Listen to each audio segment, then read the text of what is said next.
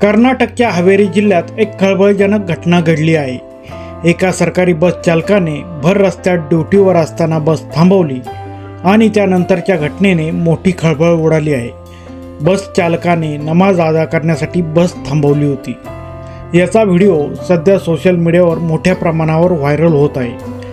हा video viral झाल्यानंतर कर्नाटकच्या परिवहन विभागाने चौकशीचे आदेश दिले आहेत।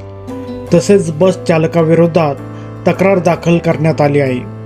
प्रवाशांची गैरसोय झाली अशी तक्रार काही प्रवाशांनी दाखल केली आहे।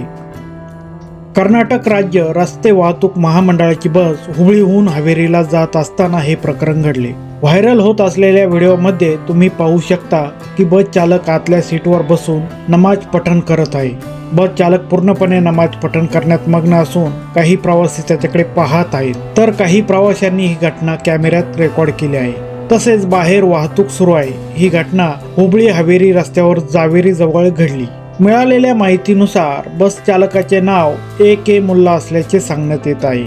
दरम्यान कर्नाटकचे परिवहन मंत्री रामलिंगा रेड्डी यांनी संपूर्ण घटनेची दखल घेतली। त्यांनी north west Karnataka road transport कॉर्पोरेशनच्या व्यवस्थापकांना पत्र लिहिले आहे। या पत्रात त्यांनी व्यवस्थापकांना चौकशीचे आदेश दिले आहेत। रामलिंगा रेड्डी यांनी पत्रात म्हटले आहे, सार्वजनिक सेवेत काम करणाऱ्या कर्मचाऱ्यांना काही नियम आणि कायदे सक्तीने पाळावे लागतात। प्रत्येक व्यक्तीला त्याच्या धार्मिक प्रथांचे पालन करण्याचा अधिकार आहे, परंतु यामुळे कर्तव्य बाजूला राहता कामा नये।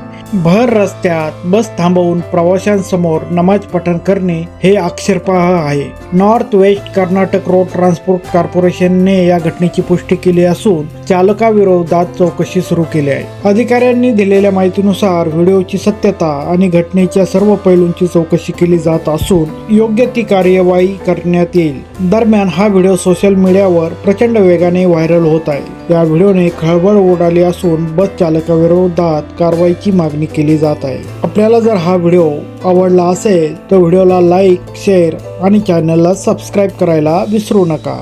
धन्यवाद।